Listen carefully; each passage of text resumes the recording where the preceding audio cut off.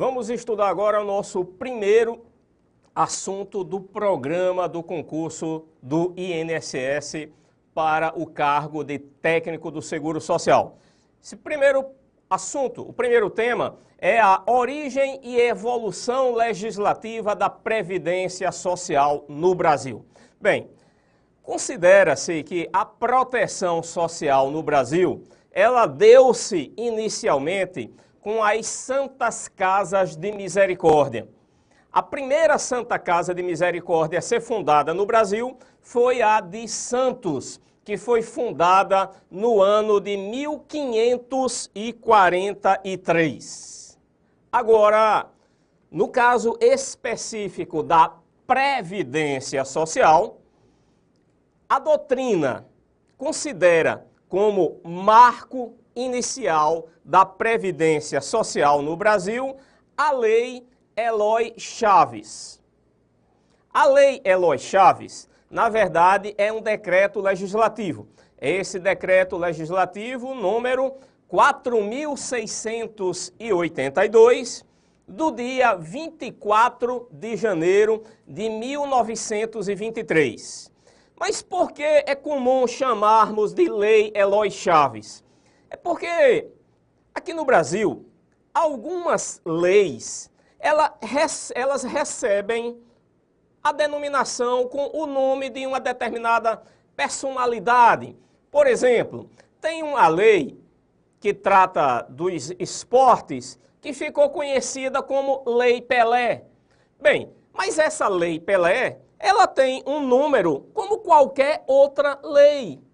Mas na época Pelé era ministro dos esportes, ele trabalhou para a aprovação dessa lei, aí a lei ficou conhecida como Lei Pelé. Tem várias leis assim no Brasil, né? Então essa lei, que é o decreto legislativo número 4.682, ela ficou conhecida como Lei Eloy Chaves, porque Eloy Chaves era um deputado federal pelo estado de São Paulo, ou seja, um deputado paulista, que foi ele quem, no Congresso Nacional, apresentou esse projeto de lei. Por isso, após a aprovação da lei, a lei ficou conhecida como Lei Eloy Chaves. E a doutrina em peso considera essa lei como marco inicial da Previdência Social no Brasil. Tanto é verdade que no Brasil comemora-se o Dia da Previdência Social no dia 24 de janeiro. Por que se comemora no Brasil o Dia da Previdência Social no dia 24 de janeiro? Exatamente porque o dia 24 de janeiro é exatamente o dia da Lei Eloy Chaves. A Lei Eloy Chaves é do dia 24 de janeiro de 1923. Então, no dia 24 de janeiro, é o dia do aniversário da Previdência Social brasileira.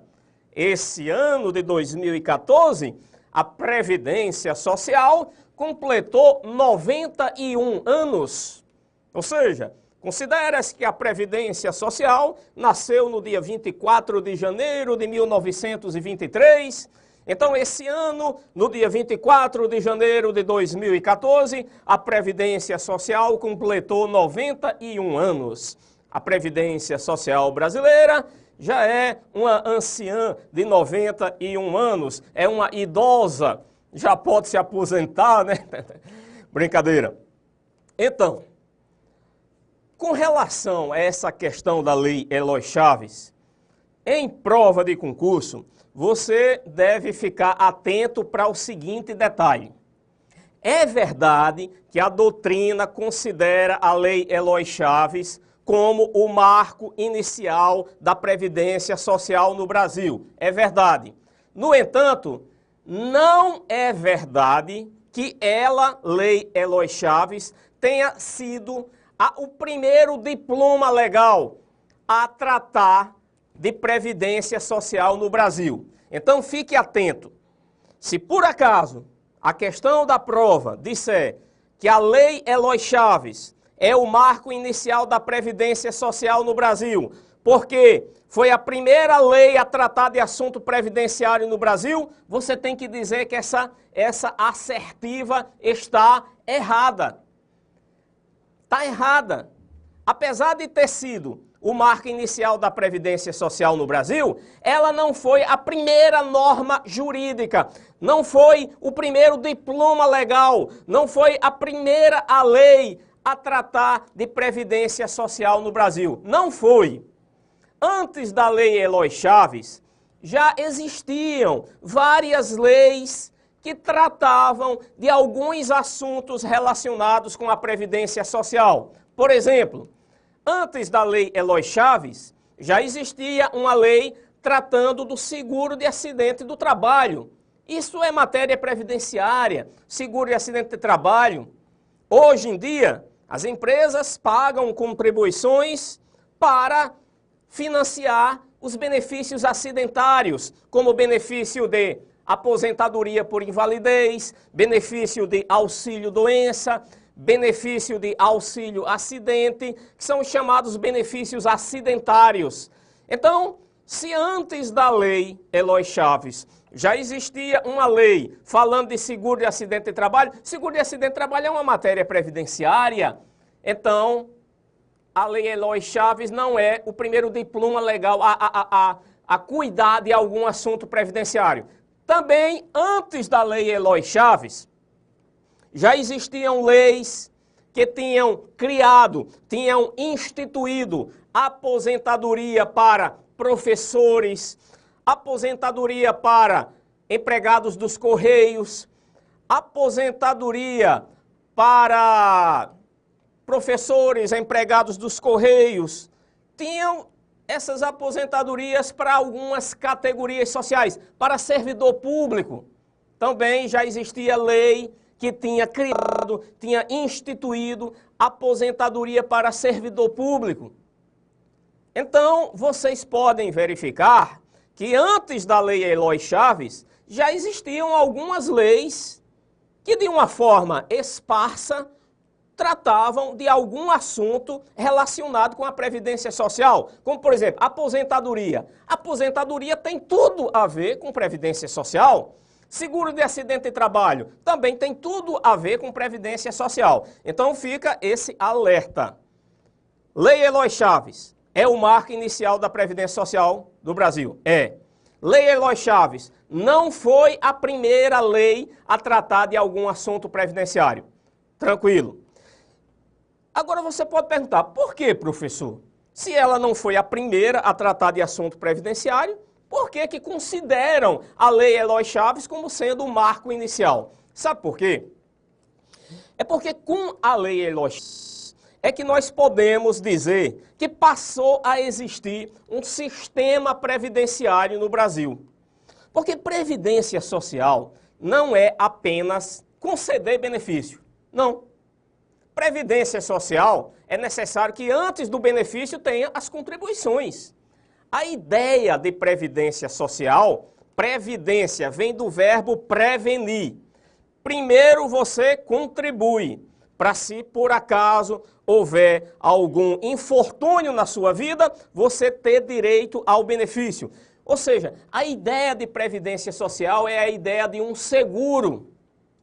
Imagine um seguro qualquer, seguro de vida, seguro de carro. Por que você faz um seguro de carro? Você tem medo de ser roubado, né? Você tem medo do carro virar e se acabar completamente. Então, por isso que primeiro você paga um seguro. Para se, por acaso, acontecer um sinistro, você ter direito a receber o benefício. Que é o seguro vai lhe dar um carro novo, vai pagar o dinheiro de um carro novo, se por acaso seu carro for roubado, se seu carro virar e ficar todo quebrado. Bem, com relação à Previdência Social é isso. Primeiro você contribui.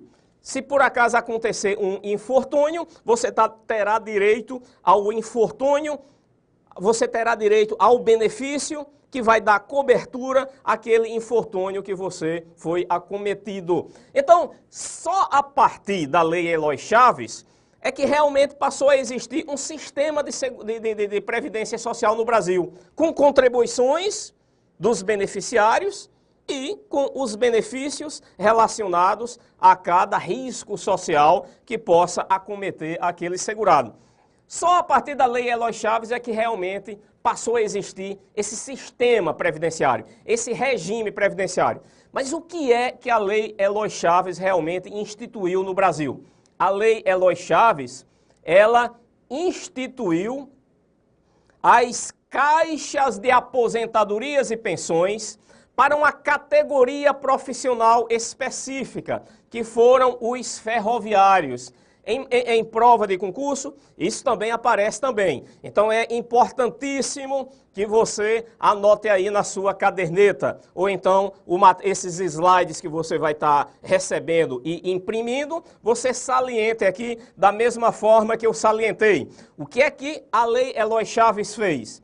Ela instituiu as caixas de aposentadorias e pensões para os ferroviários. Podemos dizer que as CAPs foram exatamente a primeira fase da Previdência Social no Brasil. Então vamos colocar aqui, primeira fase. Qual foi a primeira fase? Foi as caixas de aposentadorias e pensões. Como é que se organizavam essas caixas de aposentadorias e pensões? As caixas de aposentadorias e pensões se organizavam por empresa, ou seja, cada empresa criava a sua caixa de aposentadorias e pensões. Inicialmente, a Lei Eloy Chaves instituiu as caixas de aposentadorias e pensões para os ferroviários. Então, dentro da categoria dos ferroviários, existiam várias empresas. Cada empresa criava a caixa de aposentadorias e pensões dos seus empregados.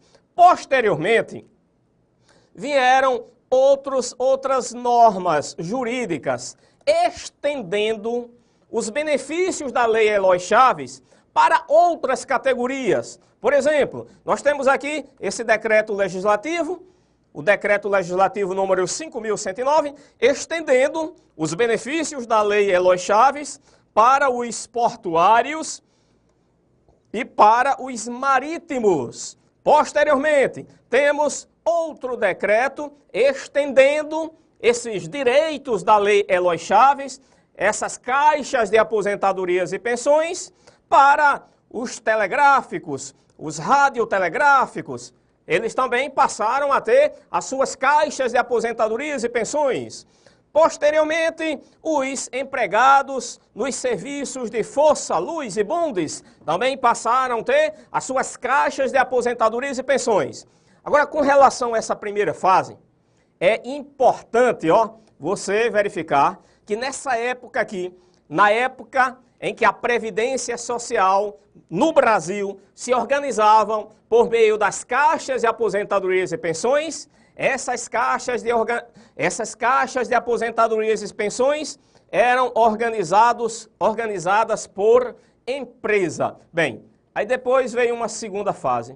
Nessa segunda fase, a Previdência Social deixa de ser organizada por meio das caixas de aposentadorias e pensões e passa a ser organizada através dos IAPs. O que são os IAPs? São os Institutos de Aposentadorias e Pensões. Olha, diferença básica entre as CAPs e os IAPs. Nós já falamos, as CAPs eram organizadas por empresa. E os IAPs, professor, como eram organizados os IAPs? Os IAPs eram organizados por categorias profissionais. Então vejam que já é uma forma organizativa mais avançada. Categorias profissionais. Era a forma de organizar os IAPs. Então, o que é que os IAPs fizeram? Por exemplo, vamos aqui. Pegou em 1933, a título de exemplo, pegou-se várias caixas de aposentadorias e pensões de várias empresas marítimas e organizou-se um Instituto de Aposentadorias e Pensões para os marítimos, que foi o IAPM. IAPM quer dizer Instituto de Aposentadorias e Pensões dos Marítimos. Em 1934, também a título de exemplo, pegou-se várias caixas de aposentadorias e pensões dos comerciários e fez-se o quê? Fez-se uma fusão dessas várias caixas de aposentadorias e pensões e criou-se o IAPC, Instituto de Aposentadorias e Pensões dos Bancários. Então vejam que é uma forma de organização já mais avançada, que começou a partir de 1933. Os IAPs tiveram como objetivo a unificação das CAPs.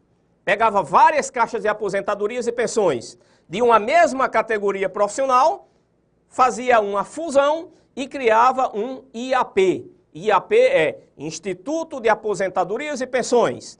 Então, aqui nós temos 4 exemplos. Aqui, IAPB, Instituto de Aposentadorias e Pensões dos Bancários. IAPI, Instituto de Aposentadorias e Pensões dos Industriários. Tinham vários, tinham outros. IAPTEC. Então, nessa época, passou a existir no Brasil vários institutos de aposentadorias e pensões. Esses institutos eram autarquias federais. Nessa época, por exemplo, se fosse ainda assim atualmente, seria bom, porque ia ter vários concursos, né? Ia ter um concurso para cada instituto desse. Olha, hoje em dia tem concurso só para o INSS, que é a autarquia federal que administra o regime geral de previdência social. Ou seja, só um. Antigamente, tinha para vários institutos de aposentadorias e pensões. Mas naquela época nem concurso tinha, né? Naquela época você tinha que ter um bom QI. O que é que significa QI, professor? Coeficiente de inteligência? Não. Quem indique. Naquela época você tinha que ter quem lhe indicasse para trabalhar no Instituto de Aposentadorias e Pensões. Então esses IAPs eram autarquias federais. Aqui é a segunda fase da organização da Previdência Social no Brasil. Elas eram autarquias de nível nacional, centralizadas no governo federal, organizadas em torno de, importantíssimo, em torno de categorias profissionais. Então vejam aqui a diferença, né? As CAPs eram organizadas por empresa. Então percebam que no tempo das CAPs, quem administrava essa caixa de aposentadoria e pensão não era o governo federal.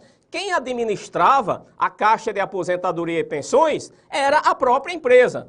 E em que é que o governo federal entrava nisso? O governo federal apenas editava a legislação. Como, por exemplo, aqui, a Lei Eloy Chaves. A Lei Eloy Chaves criou uma legislação para regulamentar as caixas de aposentadorias e pensões de quem? Dos ferroviários. Esse outro decreto aqui criou uma legislação para regulamentar as caixas de aposentadorias e pensões dos portuários e dos marítimos. Então, nessa época das caixas de aposentadorias e pensões, o governo não administrava a Previdência. Quem administrava a Previdência eram as empresas. Cada empresa administrava sua caixa de aposentadoria e pensões. Porém, administravam baseada numa legislação federal. Agora, a partir de 1933, além do governo federal editar a legislação, o próprio governo passou a administrar a Previdência por meio de autarquias federais. Essas autarquias federais eram esses vários institutos de aposentadorias e pensões. Agora, aqui também vale salientar que cada IAP desse tinha a sua própria legislação. Aqui nessa época, a legislação previdenciária ainda não era uniformizada. Posteriormente, até antes de chegar à terceira fase, que a terceira fase que nós vamos colocar aqui é exatamente a fase do INPS, terceira fase. a fase do INPS. O que é INPS? Instituto Nacional de Previdência Social. Esse INPS foi o resultado da fusão dos vários IAPs então existentes no Brasil. Agora, antes mesmo da criação do INPS, já houve uma uniformização das legislações desses vários IAPs. Mas inicialmente, quando eles foram criados, era uma legislação diferente para cada IAP. Aí houve a uniformização da legislação previdenciária dos vários IAPs e posteriormente foi criado o INPS. Agora, antes da criação do INPS, vale salientar que aconteceu algo importante no Brasil. Foi no ano de 1963. No ano de 1963, a Previdência Social foi estendida para a área rural, com a criação do FUNRural, que era o Fundo de Aposentadoria dos Trabalhadores Rurais. Inicialmente, ele foi criado somente como sendo esse fundo. Posteriormente, o FUNRural passou a ser uma autarquia federal que foi administrar o pró-rural, a previdência dos trabalhadores rurais no Brasil. Então em 1963, temos também um acontecimento muito importante no tocante à evolução legislativa da Previdência Social no Brasil. Em 1963, os trabalhadores rurais passaram a ter também direito à Previdência. Porém, um direito ainda bem defasado com relação aos direitos dos trabalhadores urbanos. Nessa época, existiam vários benefícios previdenciários que os trabalhadores urbanos tinham direito, porém os trabalhadores rurais não tinham. E vale a pena aqui salientar uma diferença gritante. Olha, para os trabalhadores urbanos, os benefícios de aposentadoria, o valor do benefício, era a partir de um salário mínimo. Não podia ter benefício menor do que um salário mínimo. E lá, para o trabalhador rural, no FUNRural, quanto era o benefício da aposentadoria lá do FUNRural? Meio salário mínimo. Repetindo, a metade de um salário mínimo. Era o valor da aposentadoria lá no FUNRural. Então vejam, em 1963, os trabalhadores rurais passaram a ter direito à Previdência. Mas uma Previdência ainda bem defasada, ok? Com relação à Previdência dos trabalhadores urbanos. Com a Constituição Federal de 1988, é que houve a uniformidade da Previdência Social no Brasil em relação a urbanos e rurais. Então, com a Constituição de 88, passou a ter apenas uma Previdência, que essa Previdência englobou para a iniciativa privada, né? Passou a ter só uma Previdência que engloba tanto trabalhadores urbanos como os trabalhadores rurais. É verdade que a Constituição de 88 ainda deixou uma previdência separada, que são os regimes próprios de previdência social, que são para servidores públicos, ocupantes de cargo efetivo. É verdade. Ainda existe no Brasil uma previdência à parte, que é a dos servidores públicos. Mas com a Constituição de 1988, passou a ter uma uniformidade da previdência rural e previdência urbana. Passou a ser um regime de previdência só, que esse regime de previdência se chama Regime Geral de Previdência Social. Ele tanto ampara trabalhadores urbanos, como também ampara trabalhadores rurais. Então, o FUNRural, é importante salientar, ele foi criado antes da criação do INPS. Agora, essa fase aqui que estamos colocando, a fase do INPS, é importante porque, vejam, antes da criação do INPS, o INPS foi criado no ano de 1967. Quem criou o INPS foi esse decreto-lei número 72, que é do ano de 66. No entanto, ele entrou em vigor no dia 1º de janeiro do ano seguinte. Então, ele entrou em vigor no dia 1º de janeiro de 1967. Então, podemos dizer que no dia 1º de janeiro de 1967 foi criado o INPS. E o que era o INPS? O que é que fez? Esse decreto-lei, ele unificou todos os IAPs que então existiam no Brasil. Então, os IAPs deixaram de existir e passou a existir o INPS. Então, o INPS é resultado da fusão dos vários institutos de aposentadorias e pensões que existiam no dia 1º de janeiro de 1967. Nessa data, os IAPs deixaram de existir porque eles foram resultado de uma fusão e dessa fusão deu-se origem ao INPS. Seguindo aqui a evolução, em 1977, essa lei 6.439, ela criou o SIMPAS, que é o Sistema Nacional de Previdência e Assistência Social. Com esse SIMPAS, o SIMPAS passou a agregar várias entidades relacionadas com a Seguridade Social no Brasil. Qual eram essas entidades? O INPS passou a fazer parte do SIMPAS. Qual era o papel do INPS? Conceder benefício. Mas também o IAPAS, que era outra autarquia federal, que também estava relacionada com o SIMPAS. Qual era o papel do IAPAS? Arrecadar contribuições previdenciárias, fiscalizar as empresas para verificar se as empresas estão recolhendo corretamente as contribuições previdenciárias. Esse era o papel do IAPAS. Tinha também o INAMPS. O que era o papel do INAMPS? Assistência médica para os beneficiários da Previdência Social. Percebam que, naquele tempo, só tinha direito à assistência médica gratuita quem fosse beneficiário da Previdência Social. Era diferente. Naquele tempo não existia ainda o SUS, que é o Sistema Único de Saúde, que é para todos, conforme o artigo 196 da Constituição Federal. Então, naquela época, assistência médica era só para os beneficiários da Previdência Social. Então, você tinha uma carteirinha do INPS.